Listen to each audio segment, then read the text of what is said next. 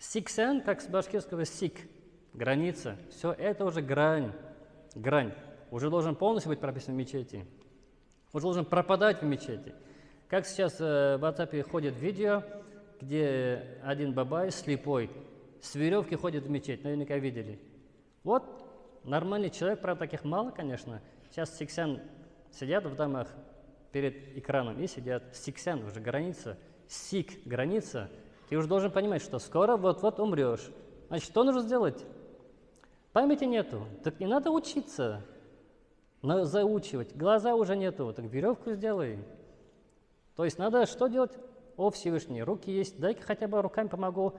Там что-то поливать буду, цветы какие-то хотя бы в мечети. Ноги есть, хотя бы дай-ка пойду, там посижу. Не слышу, но посижу. Пусть ангел запишет. Он пришел, сидел. Правда, ничего не слышал, ничего не понял, конечно, но ангел-то запишет, он сидел, 80-летний старик сидел, он напишет. А тот, кто не пришел, напишет он хотел прийти. Так он не пришел, ноги есть, руки есть, землетрясения нет, приходи. Сиди, не слышишь, не понимаешь, не видишь, сиди. Пусть ангел запишет, он был среди мусульман.